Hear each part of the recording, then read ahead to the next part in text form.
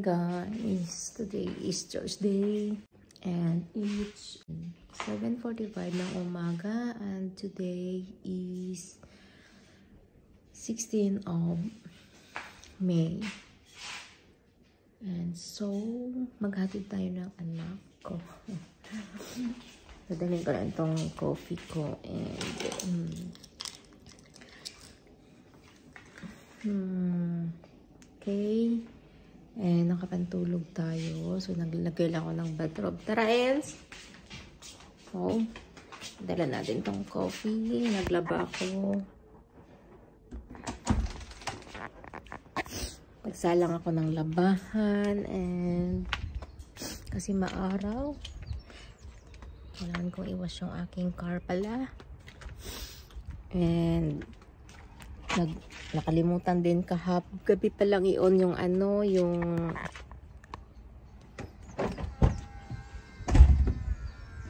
yung machine for plates. Kaya na-on ko siya today din.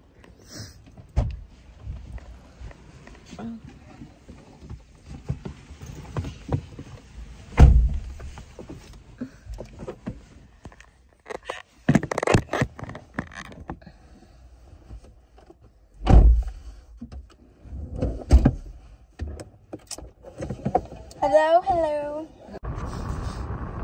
It wasn't playing? Ulit kasi pag nag-on yung car. Guys, today is 16 degrees. Araw. Pero araw pa I think mamaya.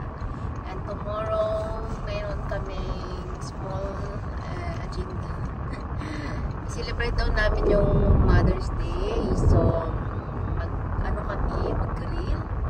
And alam nyo guys, yung aming dessert is alo-alo.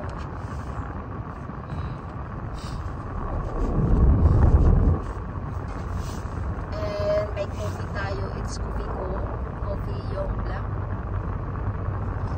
Oh my god, there's exactly 2 months until my birthday.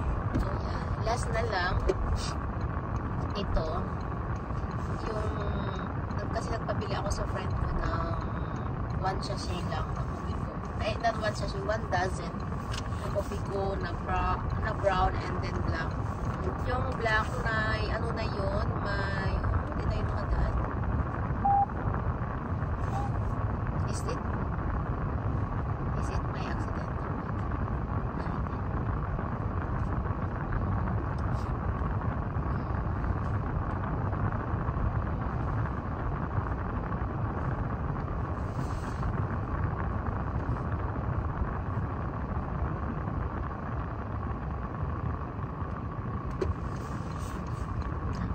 Ano yata sila ng mga items dyan, products.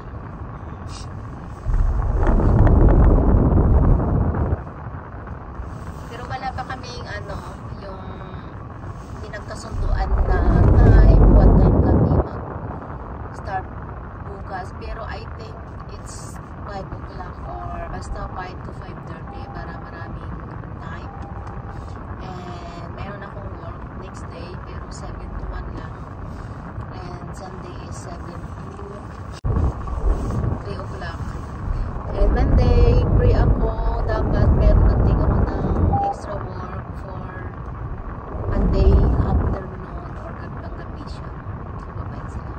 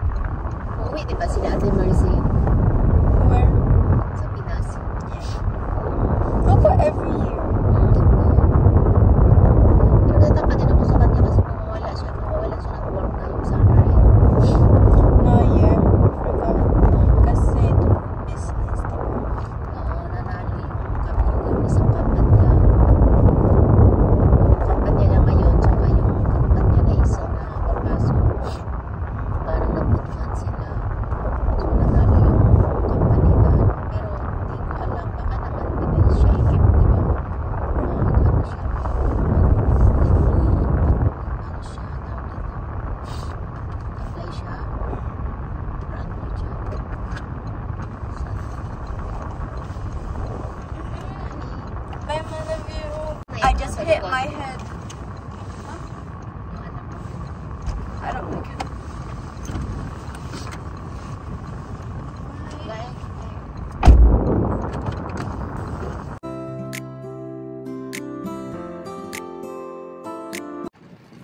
So, ayan, while nga nag-exercise ako kanina, nagsalang ako ng labahan. So, kaya nung natapos ako na exercise, saka ko sinampay yung labahan. So, ang inuna ko is yung decolored, kasi sineseparate ko yung colored, black and white. And syempre yung wall type, and yung 60 degrees or 40 degrees o 30 degrees na labahan.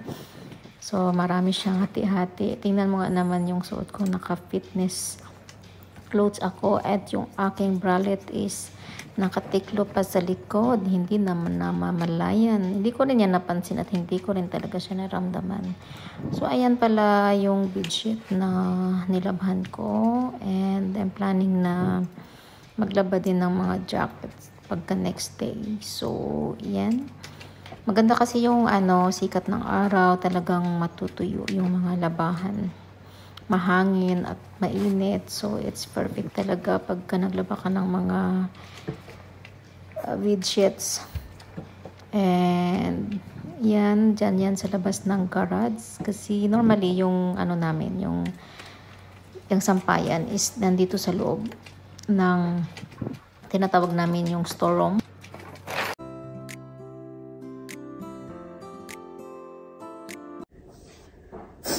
Sinubukan ko talaga guys na hindi mag-take ng for allergy from morning na nagising ako. And now it's 9:30 pero hindi talaga tumitigil. Talagang ma-atake talaga siya. Sa labas kasi ako nagsampay. So yung minsan yung hangin, yung di ko alam, minsan kahit nasa bahay ako sa labas, ma-atake siya. Walang oras, walang araw. So kailangan talaga siyang i-take. Meron niya pala akong collagen na powder.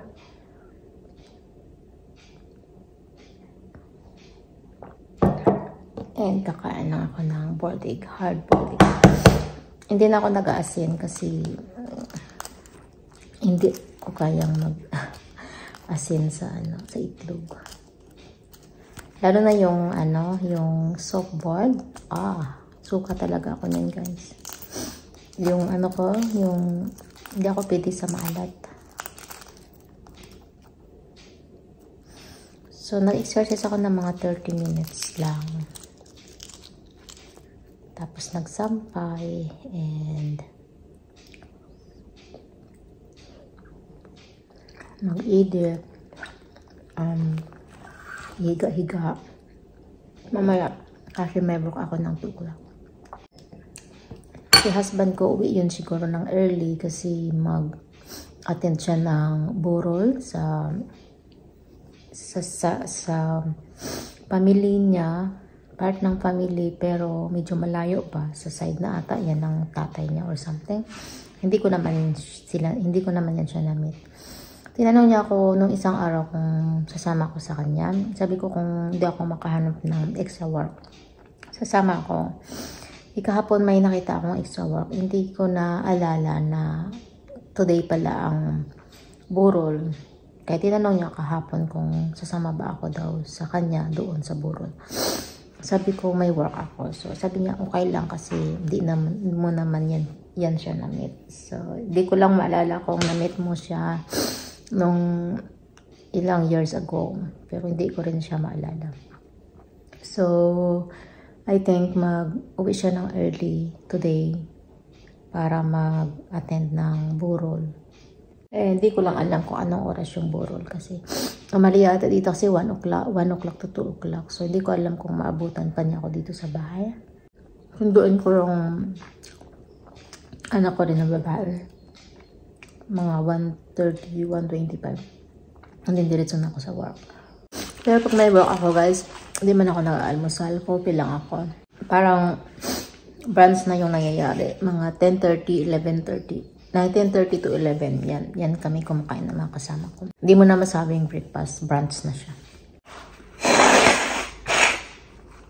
Yeah, nakailang tissue na ako guys. So, ito na-take ko na. So, mga ilang minutes lang. Mawawala na din to. Kasi as long as na hindi ako mag-take, matuloy yung sipon ko. Hatsing ako. So, wala. Ako lang din naman kawawa kung hindi ako iinom. Though, sinusubukan ko na iwasan na uminom ba. Pero, wala. Ako lang din naman nahirapan. Once ka lang kasi naman uminom yan. If ever, hindi ka pwedeng mag-double. And ngayon guys, kasi dumating yung sahod ko sa extra work ko. Dumating kasi siya ng every second Thursday of the month.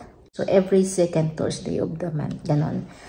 So, in all, parang twice in a month sahod kung may nakuha kang extra. So, dumating yung sahod ko today and ita-transfer ko siya sa savings ko and may isa akong kailangan bayaran today. So, kahagabi nag-budgeting na din ako. Then, today, ita-transfer ko na lang. So, it really helps talaga na magkaroon ng extra income na hindi ka pwedeng mag-depend lang sa source of income mo. Nakakatuwa na, alam mo yan, magaan sa feeling ng, alam mong, hindi lang yung source income mo is yung main work mo. Maganda yung meron kang extra income, you know, sa other side. So, and soon, magre-renew kami ng, dalawa kong anak, magre-renew ng visa nila while mag-apply ako ng permanent residence. So, medyo malaki yung need ko na money for that application. Supposed to be maybe on month of June, July. Mag-apply and kukunin ko na yung mga documents. May isa akong documents na kailangan ko sa friend ko kasi kasali ako doon sa organization nila. Yung Philippines organization. So, included yun para hindi na ako kumuha ng Melboa exam dito. Pero kailangan mo rin yung Melboa exam na yan pagka nagpalit ka ng passport or mag-Danish citizen ka. Before kasi mag-Danish citizen, kailangan mo munang magkaroon ng permanent residence. And then, pag mayroon ka ng permanent residence, so, pwede ka mag-apply ng citizenship kung gusto mo. So, para yung passport mo is Danish na. Pero, I don't think na I need that. Kasi, pag may permanent ako, hindi ko naman kailangan na mag-renew. Renew ko lang yung lang naman, yung passport. But then, pag nag-travel ako abroad, or umuwi ng Pilipinas, at least hindi na ako magbabayad ng tax. Kasi di ba yung travel tax, nasa 1,600 din. Inong time na 3 kami ng anak ko, kasama yung kapatid ko pala, binayaran ko is nasa around 7,000. So, kung ang advantage, pag residence permit ka sa isang lugar, hindi ka magpapayad ng travel tax. So, ayun lang guys. Yung pangarap is, alam mo yon, parang stir siya na one step at a time. Pag doon ka na, next na naman hanggang doon ka sa up. So, hindi mo kailangan na, for example, yung madaliin yung process kasi it will come. God is working para sa success mo sa buhay. So, huwag kayong mawala ng pag-asa guys.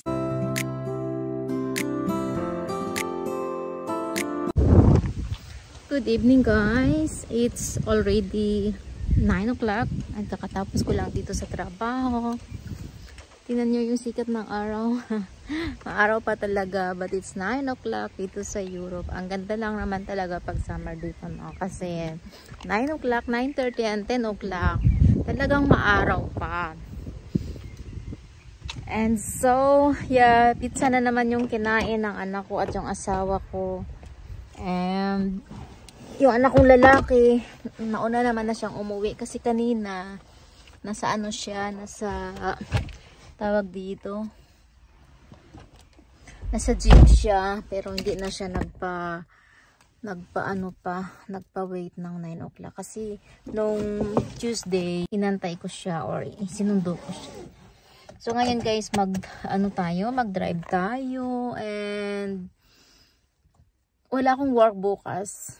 So, I hope si Mr. ma-convince ko na wag siyang mag-work para bahay lang kami. Kasi hawak naman niya yung oras niya guys. Pwede naman siyang umupo dyan sa bahay lang at magtrabaho. Yan. So, i-convince natin wag siyang pumasok kasi wala akong pasok bukas. And then, yeah, pupunta nga yung friends ko. Mag-celebrate kami ng Mother's Day and mag-grill kami. And so exciting guys.